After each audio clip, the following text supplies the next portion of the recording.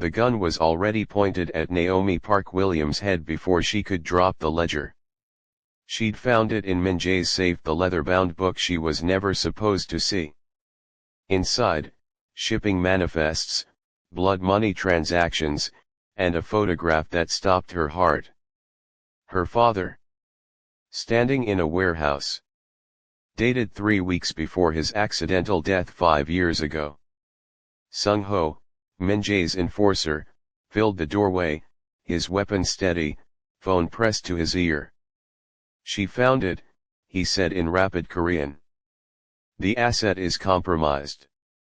Awaiting orders to terminate." Behind him, footsteps. Min Jae appeared, his face unreadable in the dim office light. The man who'd whispered promises of love just hours ago now looked at her like she was already dead. "Lower the gun," Min Jae said quietly, his eyes never leaving Naomi's face. "She's with me." But the way he said "with me" made her blood turn to ice. Don't let the next chapter be a mystery. Subscribe now for more family drama. Because what you're about to discover will change everything you thought you knew about loyalty, love, and betrayal. If you're already hooked, hit that subscribe button, smash the like, and drop a comment telling me what you think is about to happen. Trust me, you're not ready for these twists. 6 months earlier, Naomi had been just another struggling waitress at Moonlight Palace, Seoul's most exclusive restaurant. She served champagne to men in designer suits and women dripping in diamonds, practically invisible in her black uniform. Her natural hair was always pulled back tight, her dark skin a contrast that made some customers stare and others pretend not to see her at all. She was working double shifts, sending money back to her mother in Atlanta, taking Korean language classes at night, searching for any trace of her father's past in the city that was supposed to be half her heritage. That's when Agent Han found her. The woman had approached during Naomi's break, smoking outside in the alley where the kitchen staff took their stolen moments of peace. "Naomi Okonkwo Park," she'd said, using Naomi's full hyphenated name, the one Naomi had stopped using after her father died. "I know who killed your father." Naomi's cigarette had fallen from her fingers.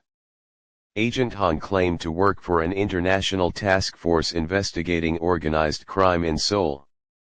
She showed credentials that looked official, spoke about her father's warehouse accident with details no stranger should know. He wasn't just a warehouse worker, Han had said. He was an accountant for the Kang crime family. He found something he shouldn't have. They eliminated him. The Kang family, one of Seoul's most powerful criminal organizations, hiding behind legitimate businesses, real estate, restaurants, import-export companies. And at the center of it all was Park Min Jae, the youngest operational head the family had ever appointed. 32 years old, Stanford-educated, devastatingly handsome, and according to Agent Han, absolutely lethal. "We need someone on the inside," Han had said. "Someone they won't suspect. Someone who can get close to Min Jae." "Why me?" "Because you're perfect. You're Afro-Korean, which makes you exotic enough to catch his attention but safe enough not to trigger suspicion. His current fiancée, Yoon Ha-jin, is exactly what his traditional family wants: pure Korean bloodline, wealthy family, political connections." But Min Jae-han's smile had been knowing. He has a reputation for beautiful women who don't fit the mold. You'll be his rebellion. His secret. Naomi had wanted to refuse. But then Han showed her the photos, her father's body, the warehouse, the cover-up. "Help us bring them down," Han had whispered. "Get justice for your father." So Naomi had said yes. The plan had been simple. Min Jae came to Moonlight Palace every Thursday, always alone, always sitting at table 7 by the window. Naomi would serve him, catch his eye, Let nature take its course. Men like him, Han had said, were predictable. They saw something they wanted, they took it. What Han hadn't predicted was how Min Jae would look at her that first night. Not through her, but at her. His dark eyes had traced the curves of her face, lingered on the tight coils of her hair, studied the contrast of her dark skin against the white tablecloth as she poured his wine. When their fingers brushed during the exchange, electricity had jolted through her entire body. "You're new here," he'd said in perfect English, his Korean accent making the words sound like silk. 3 weeks. What brought an American to Seoul? My mother was Korean. I wanted to know that part of myself. Something had shifted in his expression. And your father? Dead. He'd studied her for a long moment. I'm sorry. It's hard, isn't it, being caught between two worlds? Never quite fitting in either one. She'd been startled by the understanding in his voice. You seem to fit just fine. His laugh had been bitter. Appearances can be deceiving. That was how it started. Thursday dinners became Tuesday lunches, became weekend brunches. Min Jae would ask about her life, her dreams, her struggles with the Korean language. He taught her phrases, corrected her pronunciation with gentle patience, never once making her feel stupid for not knowing her mother's tongue fluently. He told her about studying abroad, about feeling like an outsider even in America, about the pressure of family expectations. He never mentioned the Kang family. Never talked about his real business. To anyone watching, he was exactly what he appeared to be, a successful young businessman courting a waitress who'd caught his eye. But Naomi was watching for the cracks. Following him on Han's orders. Photographing his meetings. Recording his phone calls. Searching his apartment when he thought she was in the shower. She found nothing. Min Jae kept his worlds perfectly separated. Until 3 months in, when he kissed her for the first time on his rooftop garden overlooking Seoul's glittering skyline, and whispered against her lips, "I'm not who you think I am. I want to be, for you. But I'm not." She'd pulled back, her heart hammering. "What do you mean?" "My family, my business, there are things I can't tell you. Things I'm trying to leave behind." But Naomi, his hands had cupped her face with devastating gentleness. "With you, I remember who I wanted to be before all of this. Before I became what they made me." She'd almost broken then. Almost told him everything. But then his phone had buzzed, his expression had shuddered, and he'd stepped away to take the call in rapid Korean, his voice cold and commanding. When he'd returned, the vulnerable man was gone, replaced by someone harder, someone dangerous. "I have to go," he'd said. "Business." That night, she'd reported to Han, "He's hiding something. I think he suspects." "Good," Han had replied. "That means you're close. Stay on him." But staying on him meant falling for him. It meant morning coffees where he'd remember she liked 2 sugars and oat milk. It meant him teaching her to use chopsticks properly while laughing at her fumbling attempts. It meant him asking about her father with genuine compassion, never knowing he was the reason her father was dead. It meant 3 weeks ago, when Hajin had shown up at Moonlight Palace during Naomi's shift, her designer handbag swinging, her smile sharp as a knife. She'd sat at table 7, Min Jae's table, and ordered in Korean, refusing to acknowledge that Naomi understood. Then she'd switched to English, her accent deliberate and mocking. "You're the one Min Jae's been seeing," Hajin had said. "The mixed girl." Naomi had kept her face neutral. "Can I get you anything else?" "Advice, maybe." Do you know what happens to women like you who get involved with men like him? You become a phase. An experiment. Something he tries before he comes back to reality. Hajin's smile had been poison. We're getting married in 2 months. Traditional ceremony. His grandmother is already planning it. You think someone like you could ever fit into that picture? She'd left $100 bill on the table and walked out. That night, Min Jae had found Naomi crying in her apartment. She hadn't meant to let him see, but he'd shown up unannounced with takeout, the way he sometimes did, and found her with her face in her hands. What happened? His voice had been gentle, concerned. Your fiancée came to the restaurant. His jaw had tightened. What did she say? The truth. That I'm temporary. That I don't belong in your world. He'd pulled her into his arms, and God help her, she'd let him. Hajin doesn't speak for me, he'd murmured into her hair. That engagement, it's complicated. It's business. It's family obligation. It's not love. It was never love. Then what am I? He'd pulled back to look at her, his eyes intense. You're the first real thing I've felt in 10 years. You're the first time I've wanted to be better instead of just being what's expected. Naomi, he'd stopped himself, something like fear crossing his face. I need to tell you something. About who I really am. Her breath had caught. This was it. The confession. The proof Han needed.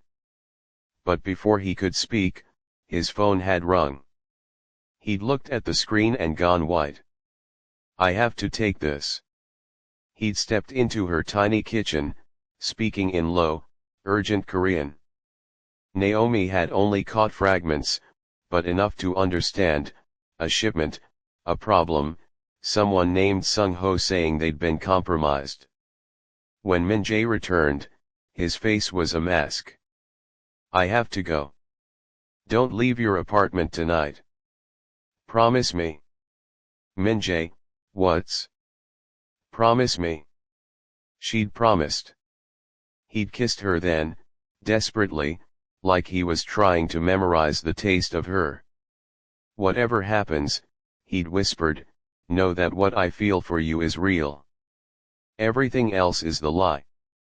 But not this. Never this. Then he'd left, and Naomi had immediately called Han. Something's happening. He was about to tell me everything before a call interrupted. There's a shipment, some kind of emergency. Stay there, Han had ordered. We're mobilizing. This might be our break. But Naomi couldn't stay.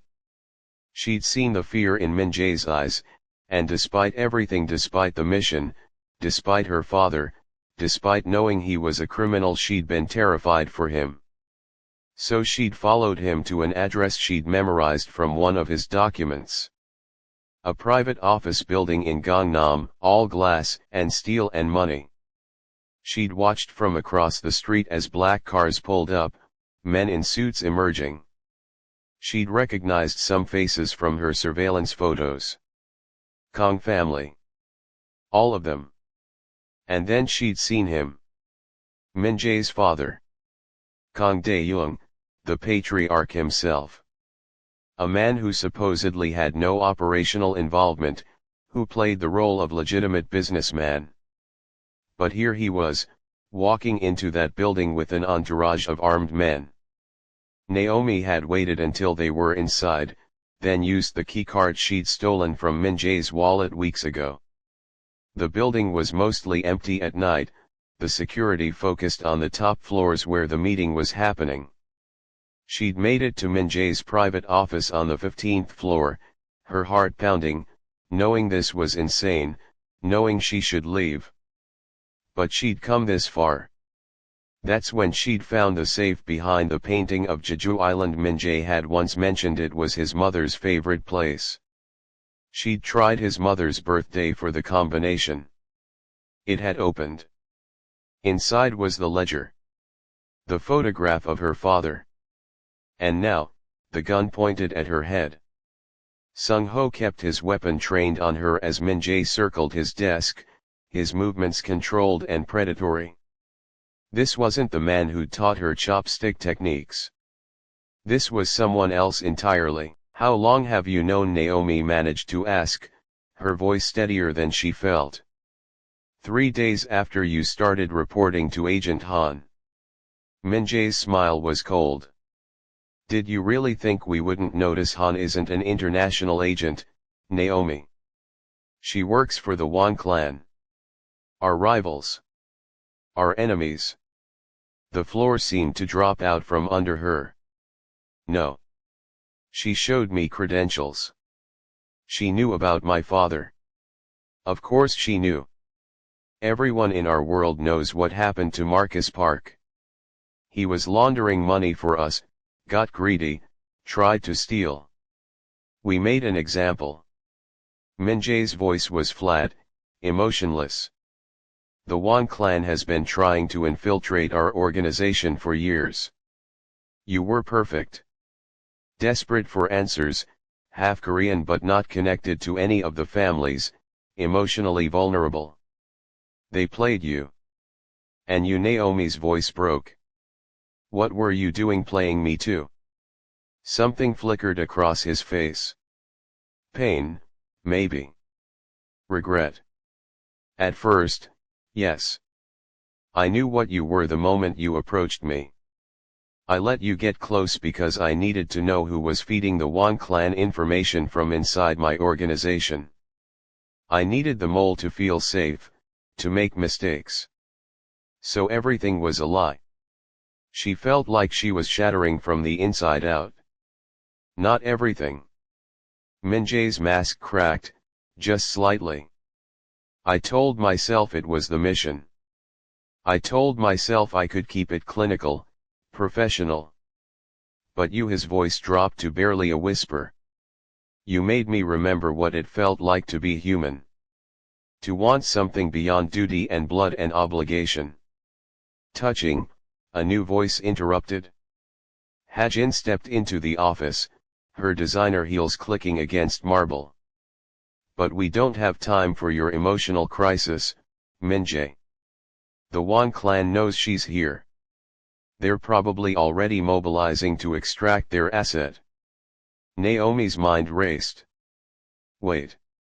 If you knew I was working for the Wan clan, why let me keep reporting? Why not just? She couldn't finish the sentence.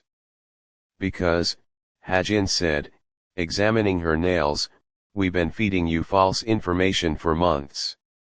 Every conversation you overheard, every document you photographed, every secret you thought you stole, all carefully crafted lies. The Wan clan has been making moves based on your intelligence. And tomorrow night, when they show up to intercept our shipment at the port, her smile was vicious. They'll walk right into our trap. You're going to kill them all. Naomi's voice was hollow. It's war, Min Jae said simply. They made the first move 5 years ago when they convinced your father to betray us. Everything since then has been leading to this. Naomi felt sick. Her father hadn't been an innocent victim.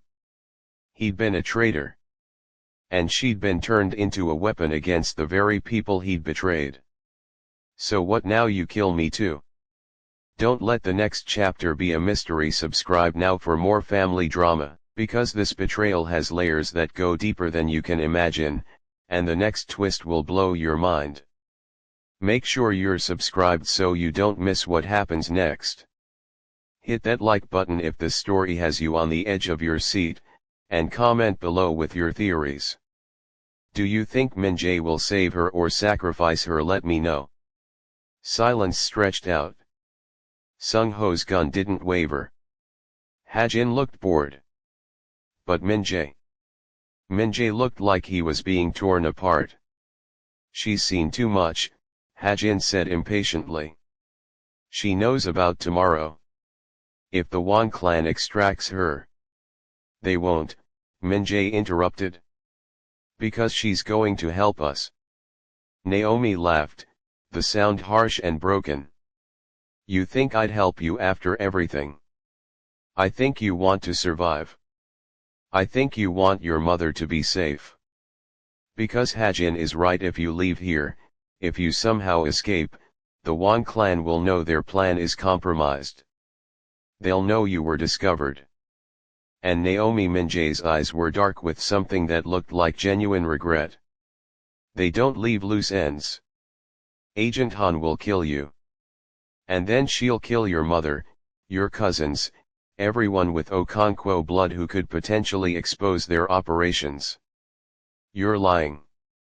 You've been in this world long enough now. You've seen enough.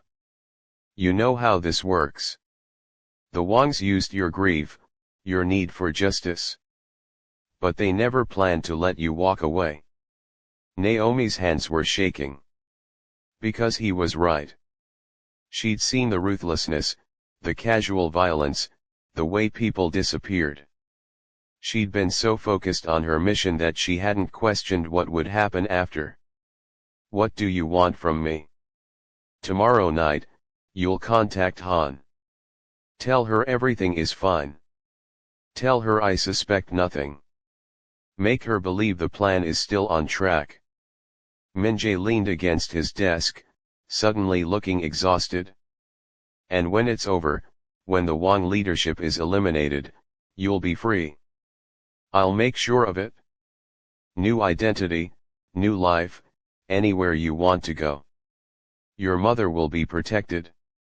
You'll never have to see me or think about any of this again. And if I refuse, then I'm truly sorry for what happens next. It wasn't a threat. It was a statement of fact, delivered with the kind of resigned sorrow that made it clear Min Jae knew exactly what Sung Ho's orders were if Naomi said no. I need to think. You have until sunrise, Min Jae said. Sung Ho will take you to a safe location. You'll be comfortable but contained. Decide what your life is worth. As Sung Ho moved forward to escort her out, Naomi looked at Min Jae one last time. Was any of it real even one moment?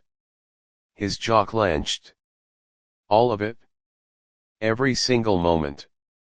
That's what makes this hell. The safe house was a luxury apartment in a high-rise, all floor-to-ceiling windows and minimalist furniture. Sung Ho locked her in and stationed himself outside. Naomi sank onto the leather couch, her mind spinning. She'd been played by everyone.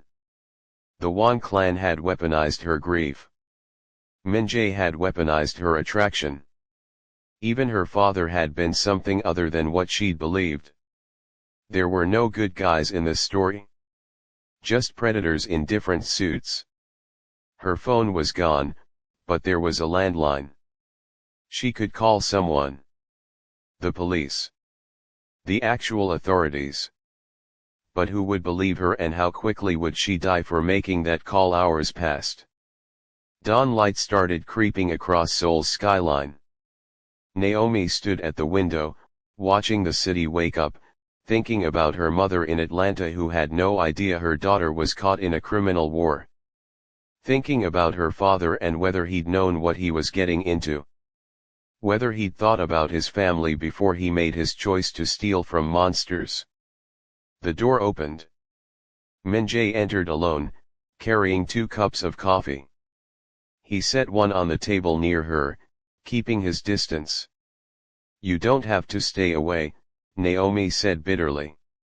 I'm not exactly a threat to you. That's not why I'm keeping distance. He sank into a chair, running his hands through his hair. I don't trust myself around you. Because even now, knowing everything, I want to. He stopped. It doesn't matter what I want. Your fiancé seemed pretty clear that I'm disposable. Hajin thinks everyone is disposable. It's why she's so good at this business. Min Jae's voice was flat. She's already been selling information to the Wang clan for 6 months. She's the real mole. Naomi's head snapped up. What? We've known for weeks. Her family's in debt, gambling mostly, and the Wangs offered her a way out. She's been passing them real intelligence, which is why they trusted what you were reporting. They had corroboration from an actual insider. Min Jae's smile was sharp and bitter. Tomorrow night isn't just about the Wangs. It's about cleaning house. You're going to kill your own fiancé. I'm going to eliminate a traitor. There's a difference. He met her eyes. This is the world I live in, Naomi. This is who I am. Not the man in the garden who quoted poetry. Not the man who taught you about Korean food. This. Cold calculations and necessary eliminations and choosing survival over everything else. Then why do you look so miserable about it? Because you made me remember that man in the garden was real once. Before my brother was killed. Before my father made me his heir. Before I learned that love is a luxury people like me can't afford. He stood up, came closer but still didn't touch her. I've killed 17 people, Naomi. Some deserved it. Some didn't. I've destroyed families, ruined lives, built an empire on suffering. And until I met you, I'd made peace with that. I told myself it was duty, tradition, survival. But you looked at me like I could be better. Like I was worth more than blood and violence. You could be. You could walk away. His laugh was broken. No, I can't. My family would hunt me down, the Wangs would kill me for sport. Every rival faction would see it as weakness and move against everyone I've ever protected. This isn't a prison I can just escape from, Naomi. I was born into this cage. So you'll marry Hajin and eliminate the Wangs and keep being a monster? After tomorrow, Hajin will be dead. The marriage was only ever about her family's political connections. But yes, I'll keep being exactly what I am. What I was made to be. He finally reached out, his fingers ghosting along her jaw in the barest touch. But I will keep you safe. That's the one choice I can make. The one thing I can control in all of this chaos. I don't want your protection. I want Naomi's voice caught. Because what did she want? Justice for her father, who'd been a criminal, freedom from a world she'd walked into, voluntarily, love from a man who'd admitted to 17 murders. I know, Min Jae whispered. I want impossible things too. He kissed her then, and it was different from every other kiss they'd shared. This one tasted like goodbye and regret and all the futures they'd never have. Naomi kissed him back, knowing it was wrong, knowing she should push him away, knowing that every moment she spent in his arms was another piece of her soul she'd never get back. When they broke apart, his forehead rested against hers. Tell Han the plan is on track. Help me end this. Let me give you the freedom I'll never have. And then what? I just forget I moved to some new city and pretend I didn't fall in love with a killer. You survive. You live. You find someone who can give you the life you deserve. Someone good. Someone clean. Someone who isn't me. Min Jae. Please. His voice cracked. Please just let me save you. It's the only decent thing I've done in a decade. Don't take that away from me. So Naomi called Agent Han from a monitored line at noon, with Min Jae listening to every word. She played her role perfectly, the nervous spy reporting that she'd found the ledger, that Min Jae suspected nothing, that tomorrow night's shipment information was confirmed. Han praised her, told her the extraction team would pull her out right after the operation concluded. Told her that her father would finally have justice. Lies. All lies. That evening, Min Jae took her to the engagement party. Not as his date, that would be too obvious, but as part of the wait staff, blending in with Moonlight Palace's catering team. The hotel ballroom was obscenely opulent, all crystal chandeliers and ice sculptures and champagne fountains. Korean traditional musicians played fusion pieces while guests in designer suits and dresses networked and smiled their predatory smiles. Hajin held court in a white cocktail dress, her diamond engagement ring catching the light. She saw Naomi serving drinks and her smile turned razor sharp. But she said nothing. Just watched with those cold eyes. Min Jae worked the room with practiced ease, the perfect host, the dutiful son, the promising heir. He never looked at Naomi directly, but she felt his attention like a physical touch every time she moved through the crowd. That's when the Chinese delegation arrived. Shanghai syndicate members, Min Jae's supposed partners in the port deal. Their leader, a man called Jiang Wei, approached Min Jae with a smile that didn't reach his eyes. "We need to talk," Jiang said in English. "Privately." Min Jae's expression never flickered. "Of course. My office." Naomi watched them leave, her instincts screaming. This wasn't part of the plan. She caught Sung Ho's eye across the room, saw his hand drift toward his jacket where his gun was holstered. He felt it too. Something was wrong. Minutes passed. 10. 15. The party continued, oblivious. Hajin kept smiling, kept playing hostess. But her eyes kept darting toward the hallway where Min Jae had disappeared. Then came the gunshot. The ballroom erupted into chaos. Guests screaming, running for exits. Sung Ho and 3 other men rushed toward the office. Naomi followed without thinking, her heart in her throat, everything else forgotten except the need to know if Min Jae was alive. The office door was open. Inside, Jiang Wei was on the floor, bleeding from his shoulder. His men had their guns drawn. And Min Jae stood behind his desk, his own weapon steady, his face carved from ice.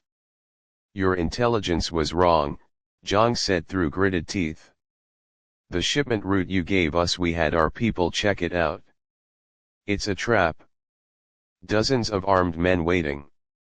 So I ask myself, why would Park Min Jae give his partners false information?" "Because he knows," a new voice said. Naomi spun. Agent Han stepped into the room, her own gun drawn, flanked by 2 men. "He's known about the operation from the start. Your spy was compromised, Naomi. I'm sorry you had to find out this way." Everything slowed down. Too many guns. Too many players.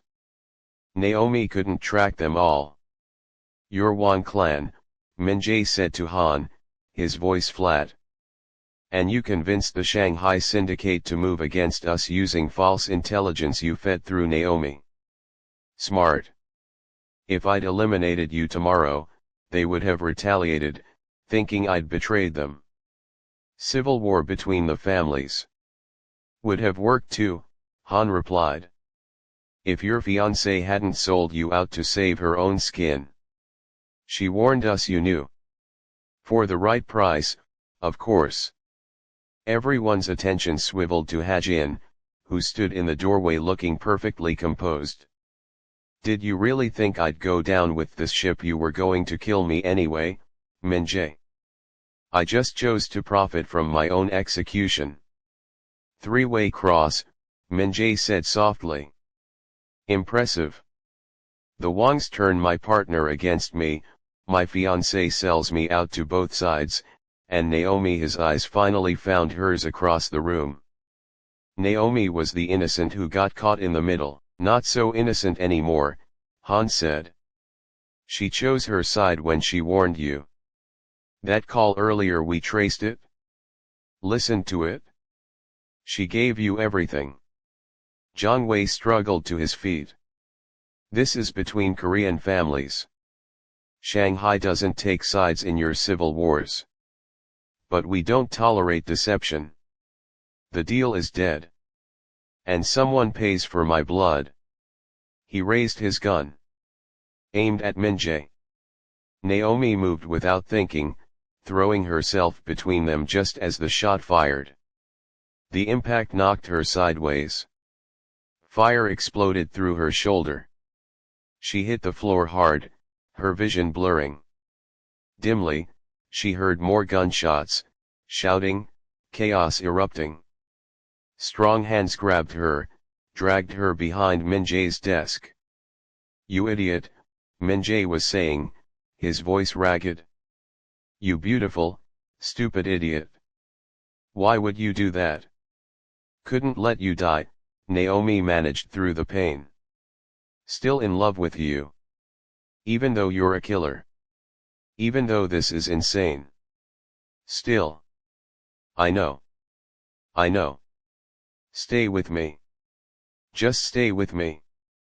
The firefight lasted less than 3 minutes but felt eternal. When silence finally fell, Naomi blinked through tears and blood to see Jiang Wei and his men dead.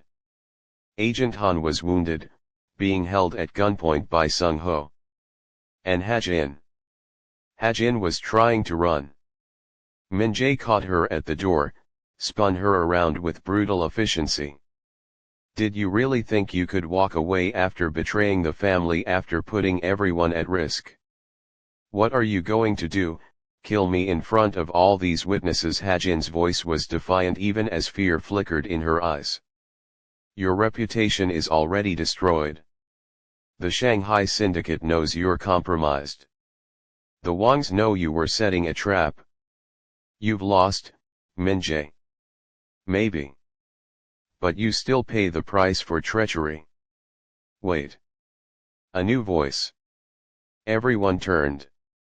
A woman stood in the doorway, tall and elegant, with dark skin and Korean features that made Naomi's brain short-circuit in recognition. "That's enough, brother." Min Jae's expression transformed to shock. "Ao, what are you doing here?" The woman Ao stepped into the carnage like she was walking through a garden. "Father sent me. Said you were making emotional decisions." Seems he was right. Her eyes found Naomi bleeding on the floor, and something like sympathy crossed her face. "That's her, the Afro-Korean girl you've been destroying your life over." "Who is this?" Naomi managed to ask. "Kang Oseo," the woman said, crouching beside her. "Min Jae's half-sister. My mother was from Ghana. Father's international phase, as the family calls it. I handle the African ports, the West African expansion. My mixed blood makes me valuable there. Just like yours was supposed to make you invisible here." She looked at Min Jae. "Father knows everything. The Wang operation, Ha-jin's betrayal, Shanghai's involvement, and your feelings for this girl. He sent me to clean up your mess. I don't need." "Yes, you do." Ao's voice turned sharp, "because you were about to let her die protecting you. You were about to throw away decades of planning, generations of building, for a woman you've known 6 months. Love doesn't work that way in our world, Min Jae. You know this. Then what's your solution?" Min Jae's voice was hollow. Don't let the next chapter be a mystery. Subscribe now for more family drama. Because this family has secrets that go beyond anything you've imagined, and the choice Min Jae has to make will either save or destroy them all. Hit subscribe, drop a like, and tell me in the comments, should Min Jae choose love or duty? What would you do in his place? Let me know your thoughts. Ao stood, surveying the room like a general surveying a battlefield. Agent Han works for the Wang clan. She lives long enough to confirm her employers that their plan failed, then she has an unfortunate accident. Jiang Wei and his men self-defense, witnessed by dozens of party guests. The Shanghai syndicate gets a formal apology and a more favorable deal to keep the peace. Hajin, she turned to the trembling woman. She becomes an object lesson. Public. Brutal. So no one else thinks betrayal is an option. And Naomi, Min Jae asked quietly. That's the complicated part. Ao's eyes were kind but firm as she looked between them. Father gave you a choice. Marry Hajin as planned, solidify the political alliance, continue building the empire. Naomi gets her new identity and disappears. You never see her again. Your feelings become a memory. Or you choose her. You bring her into the family officially. You make her your wife, not your secret. You stand in front of the elders and the ancestors and you tell them this Afro-Korean woman with no family connections and no political value is your choice. And then you face whatever comes from that decision. They'll never accept it, Min Jae said, but his eyes were on Naomi, desperate and hopeful and terrified. Grandmother won't. The elders will fight it. Half the family will see it as an insult. But Father Ao's smile was enigmatic. Father respects strength. Commitment. He thinks you've been too soft, too Western. But if you're willing to fight for this, truly fight, not just hide her away like a shameful secret, he'll support it. Because that's the kind of leader he wants. Someone who makes hard choices and lives with the consequences. What about Naomi? Min Jae looked at his sister. Does she get a choice or is this just trading one trap for another? I get a choice, Naomi said, struggling to sit up despite the pain, despite the blood loss making her dizzy. And I want to know the truth. All of it. No more lies, no more manipulation. If I'm going to make this decision, I need to know exactly what I'm choosing. Ao nodded approvingly. Smart girl. The truth is this, you marry Min Jae, you become Kang family. You're not just his wife, you're an asset, your African American background, your father's old connections, your outsider perspective. Father wants to expand into new territories, new markets. He thinks your mixed heritage could be valuable, like mine has been. But make no mistake, you'll be watched, tested, used. Every day of your life will be about proving your loyalty. One mistake, one hint of betrayal, and you won't just die. Everyone you've ever loved dies with you. That's the choice. Naomi's laugh was bitter. Become a mafia wife or disappear forever. There's a third option, Min Jae said quietly. He looked at his sister. Tell father I'm out. I choose neither. I take Naomi and we run. We disappear together. He can give the business to someone else. You know that's not possible, Ao said sadly. You run, and father hunts you down. Not out of anger, out of necessity. You know too much. You've seen too much. You can't just walk away from this life, Min Jae. No one can. Then what am I supposed to do? Min Jae's voice cracked with frustration and despair. Keep being a monster, keep killing and lying and destroying until there's nothing human left in me. I've spent my whole life doing what was expected, what was necessary, what was duty. And then I met her, and for the first time I remembered what it felt like to want something for myself. To be someone other than the Kang heir. I know. Ao's expression softened. I've been there. You think I wanted this life? I'm the illegitimate daughter, the mixed blood embarrassment they shipped off to Africa until they realized I could be useful. I hate what we are, what we do. But I also love our family. Our father, despite everything. Our legacy. And I've made peace with the fact that people like us don't get fairy tale endings. We get survival. We get moments of happiness stolen between the violence. And if we're very lucky, we get someone who understands the darkness and loves us anyway. She looked at Naomi. That's what he's offering you. Not a normal life. Not safety. Not peace. But honesty. Partnership. A place in a world that will try to destroy you every single day. And in exchange, you get him. All of him. The killer and the poet. The monster and the man who teaches you to use chopsticks. You don't get one without the other. Naomi felt tears sliding down her face, mixing with the blood from her shoulder wound. Everything in her screamed to run, to choose the clean break, the new identity, the freedom Agent Han had promised before that promise turned to lies. But she looked at Min Jae, really looked at him, and saw the same anguish she felt reflected in his eyes. Two people caught between impossible choices, both damaged, both drowning, reaching for each other like lifelines. I need to know about my father, Naomi said. The real story. Not the version Han told me. Not the version you implied. The truth. Min Jae closed his eyes like the words caused physical pain. Your father, Marcus Park, was our accountant for 3 years. He was good at his job, careful, trustworthy.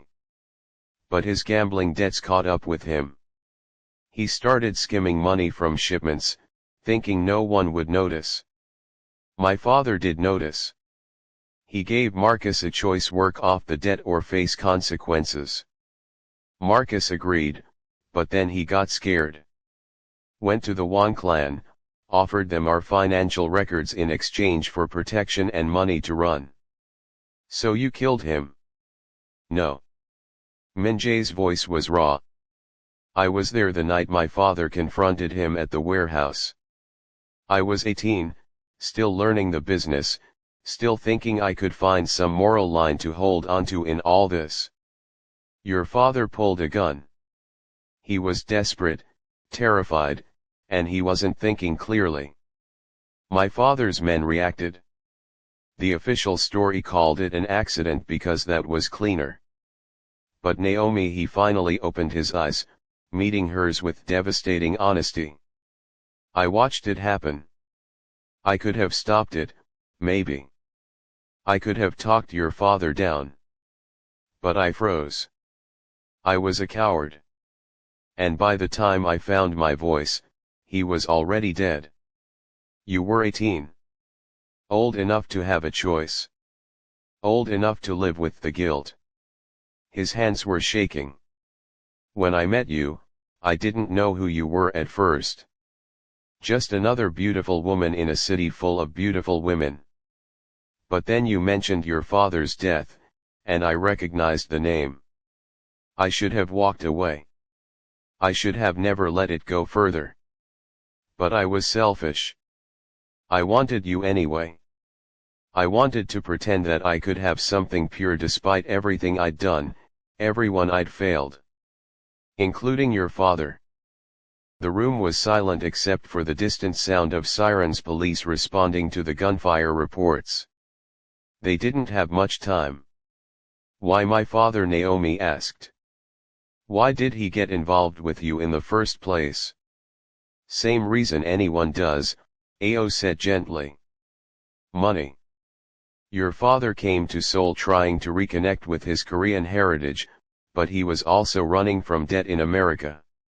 Our organization offered him a job that paid well and didn't ask too many questions about his past. It was supposed to be temporary. It never is.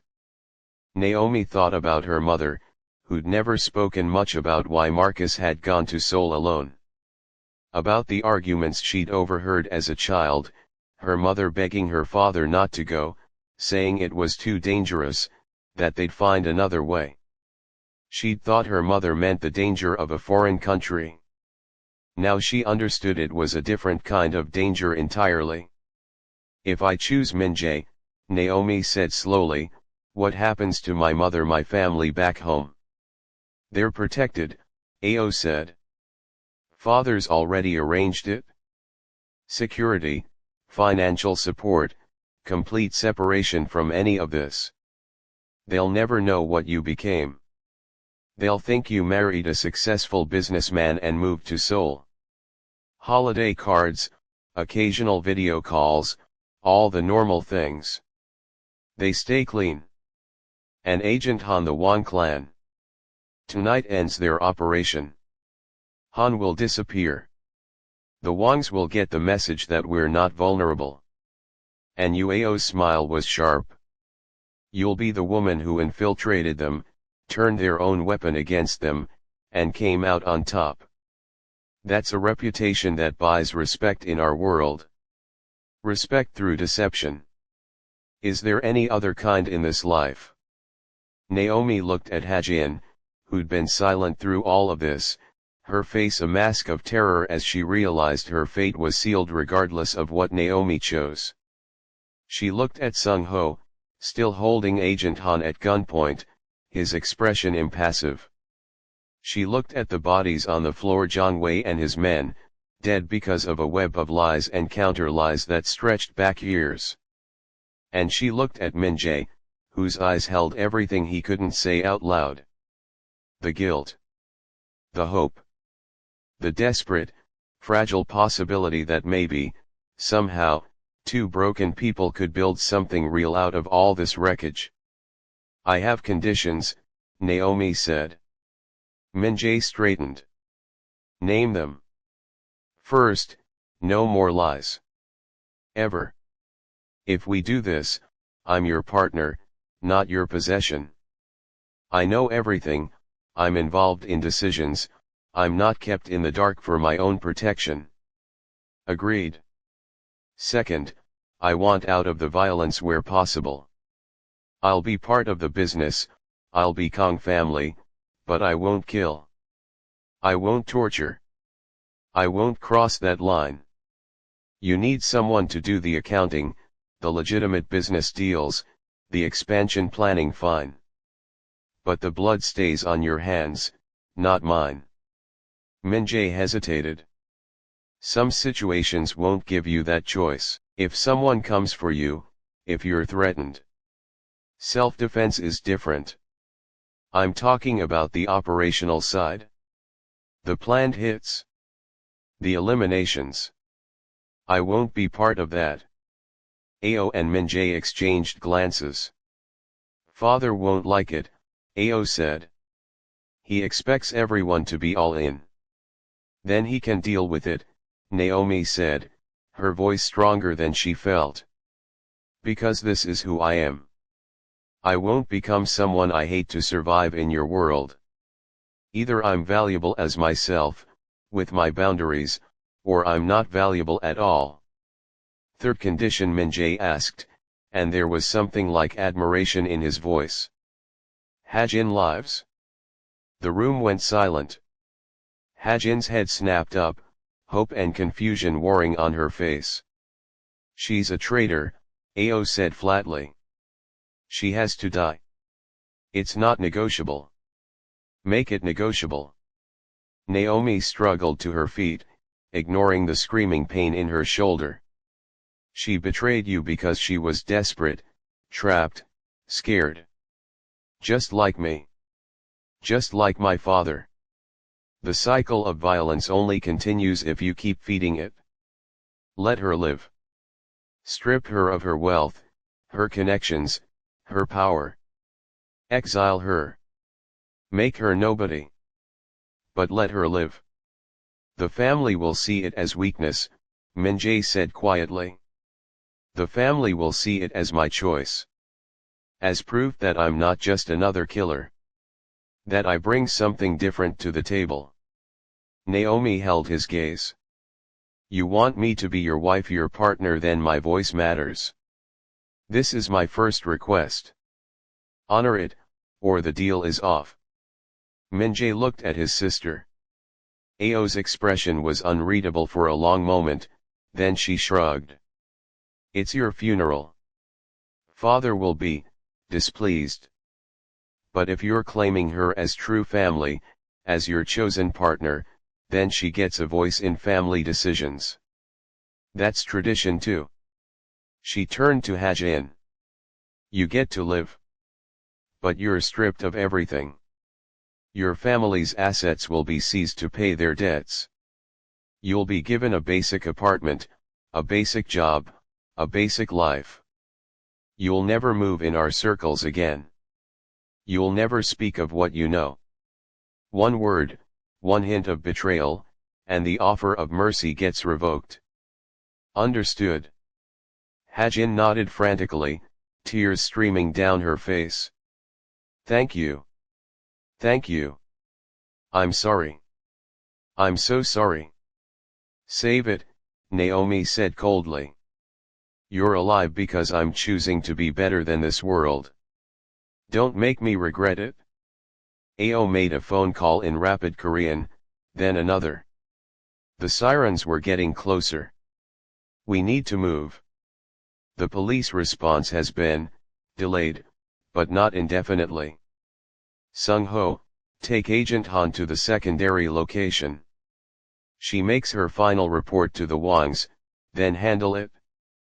Clean team is en route for the bodies. Hajin, you're coming with me. Consider it protective custody until your exile is arranged. As people started moving, following Ao's orders with military precision, Min Jae finally came to Naomi's side. His hands were gentle as he examined her shoulder wound. This needs proper medical attention. Your family has doctors who don't ask questions, I assume. Several. His smile was sad. Welcome to the Kang family, Naomi. I'm sorry it has to be this way. I'm sorry I can't give you the normal life you deserve. I don't want normal. Normal is boring. Normal doesn't make me feel alive the way you do. She touched his face, memorizing the planes of it, the way his eyes softened when he looked at her despite everything. I want you. The real you. All the broken, guilty, violent, tender parts. I want to know the worst of you and love you anyway. Because that's what you've given me. You're sure because once we do this, there's no going back. You'll be bound to this family, this life, forever. I'm sure. I'm terrified, but I'm sure. She leaned up and kissed him, ignoring the pain, ignoring the chaos, ignoring everything but the feel of his lips on hers and the desperate way he held her like she was the only solid thing in a spinning world. When they broke apart, Ao was watching with an expression that might have been approval. Father wants to meet her. Tomorrow. Formal introduction to the family. Are you ready for that? No, Naomi said honestly. But I'll never be ready. So tomorrow is as good as any day. The patriarch's estate was everything Naomi had imagined and worse. Traditional Korean architecture mixed with modern luxury, surrounded by walls and guards and the weight of generations of power. Min Jae held her hand as they walked through gardens that probably cost more than her mother's house, past servants who kept their eyes down, into a reception room where Kang Dae-young waited. He was smaller than she'd expected. Older. Almost grandfatherly in his traditional hanbok, sitting calmly with tea. But his eyes held the kind of cold intelligence that had built an empire on blood and fear. So, he said in accented English, you're the girl who's disrupted my son's life. With respect, sir, your son disrupted mine first. A ghost of a smile crossed Kang Dae-young's face. Ao said you had spine. Sit. We have much to discuss. The next hour was the most terrifying of Naomi's life. The patriarch asked about her father, her childhood, her education, her views on loyalty and family and sacrifice. He asked about her decision to show Hajin mercy, whether she understood that mercy was often seen as weakness in their world. Mercy is only weakness if it comes from fear, Naomi said. I didn't spare Hajin because I was afraid to kill her. I spared her because I choose to be someone who doesn't kill when there are other options. That's strength, not weakness. Knowing you could destroy someone and choosing not to. My son could learn from that perspective, Kang Dae-young said thoughtfully. He's always been too much like me. Too quick to see violence as the only solution. Perhaps that's why I approve of this match. You approve? Min Jae sounded shocked. You think I don't know what it's like to love someone who doesn't fit the patriarch's expression turned distant. I loved Ao's mother. A Ghanaian diplomat's daughter I met in London.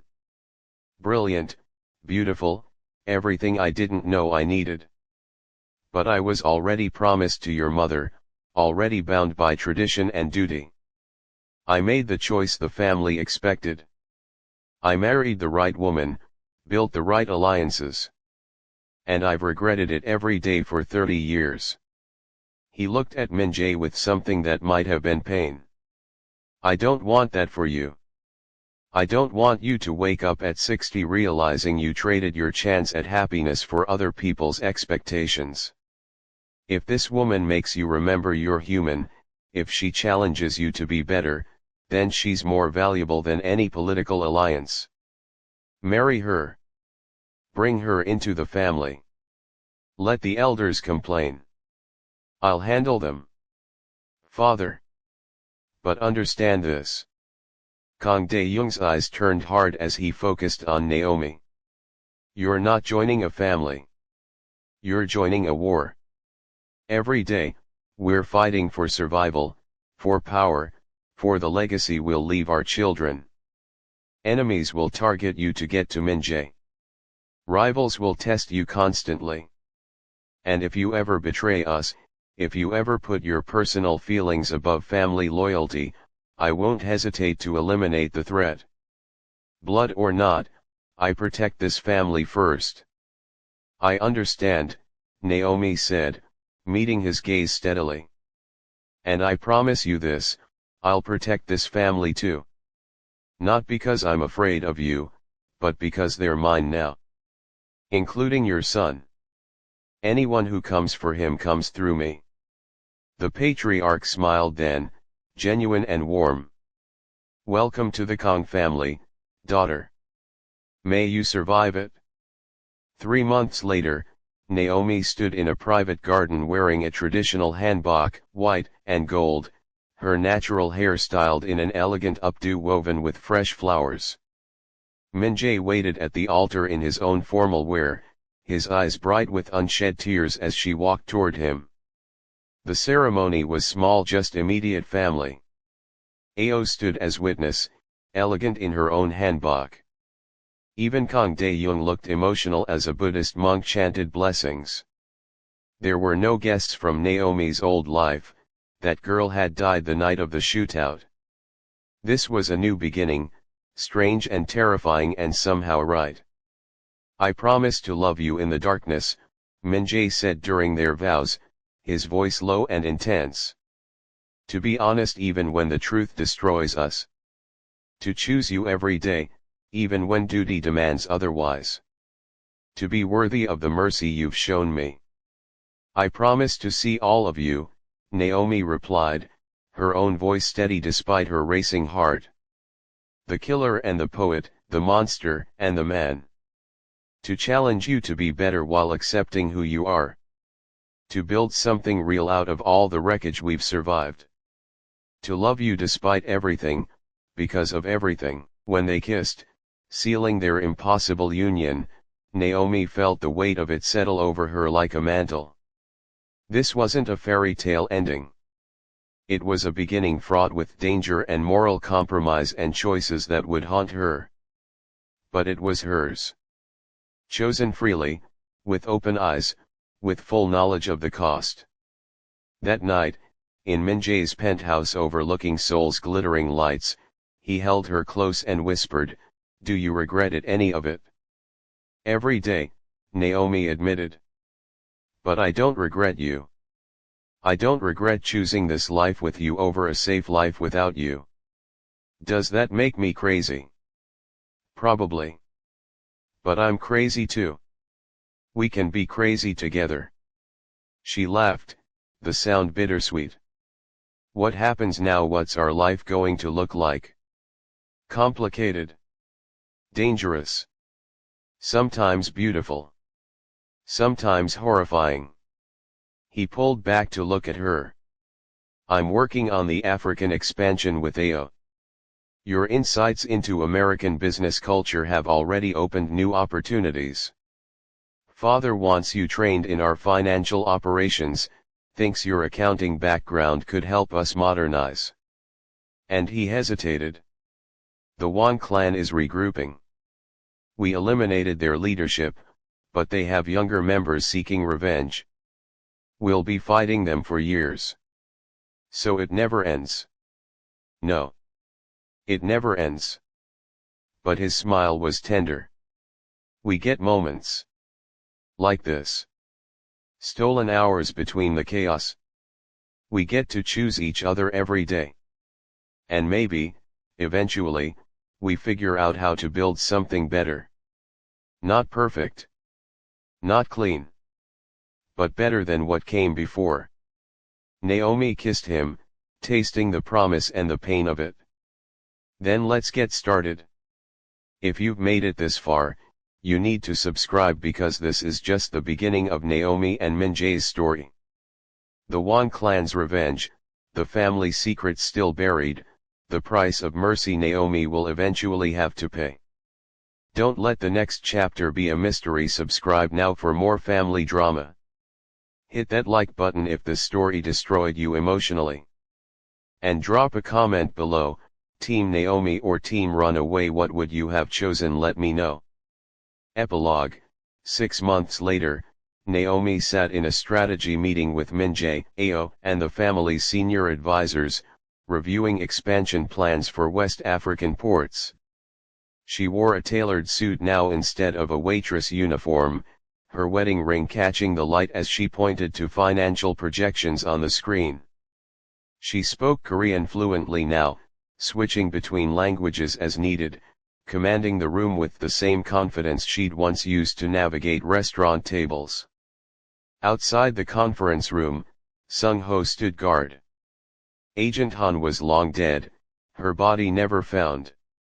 Ha-jin lived in obscurity in Busan, working at a convenience store, her former life erased. The Wan clan was rebuilding but weakened, their attempted coup having cost them too much.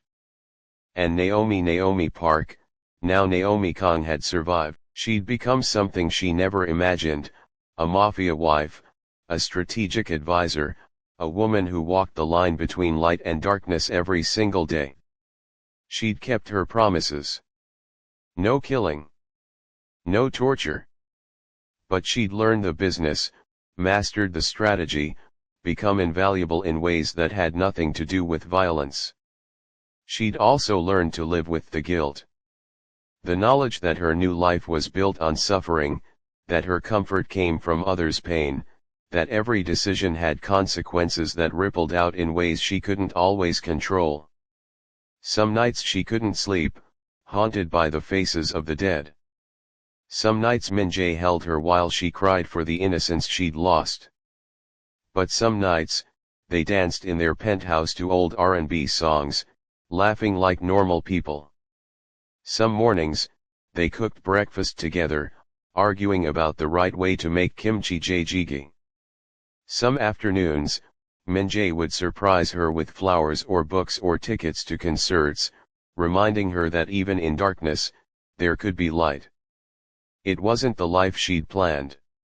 It wasn't the life she'd wanted. But it was her life. Chosen. Claimed. Survived. As the meeting concluded and people filed out, Min Jae caught her hand. Dinner tonight, just us. Just us, she agreed, squeezing back. No business. No family politics. No death threats. I'll try to arrange that, he said with a wry smile. Though in our world, that's a tall order. Then we'll take what we can get. They walked out together, hand in hand, into the Seoul afternoon. Somewhere out there, enemies plotted. Rivals schemed. The cycle of violence continued, as it always had, as it always would. But for this moment, Naomi was exactly where she chose to be, beside the man she loved, in the life she'd claimed, surviving one day at a time in a world that wanted to destroy her. And that, somehow, was enough. Let me know where you are watching this from in the comments below.